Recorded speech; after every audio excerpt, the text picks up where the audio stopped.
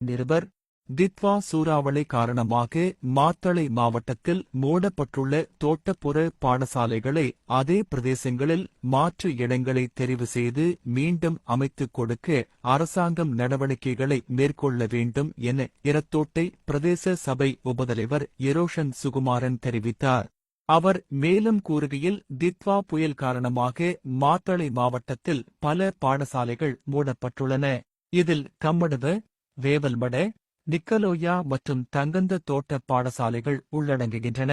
இதன் விளைவாக இத்தோட்டப் பகுதிகளைச் சேர்ந்த பாடசாலை மாணவர்கள் கல்வி கற்பதற்காக பல கிலோமீட்டர்கள் தொலைவில் உள்ள பாடசாலைகளுக்கு பயணம் செய்ய வேண்டிய நிலைமை ஏற்பட்டுள்ளது.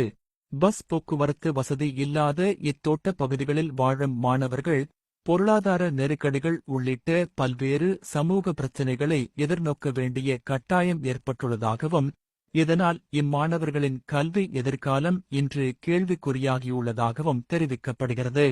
இந்நிலையில் பாடசாலைகள் மூடப்பட்டு அதே தோட்டப் பகுதிகளில் மாற்று இடங்களை தெரிவு செய்து புதிய பாடசாலைகளை கட்டிக் கொடுக்க வேண்டும் எனவும், அது நிறைவேறும் வரையில் மாணவர்களின் கல்வி இடைநிறுத்தப்படாதிருக்க இலவச பயண வசதியையும் மதிய உணவு திட்டத்தையும் அரசு உடனடியாக செயற்படுத்த வேண்டும் எனவும்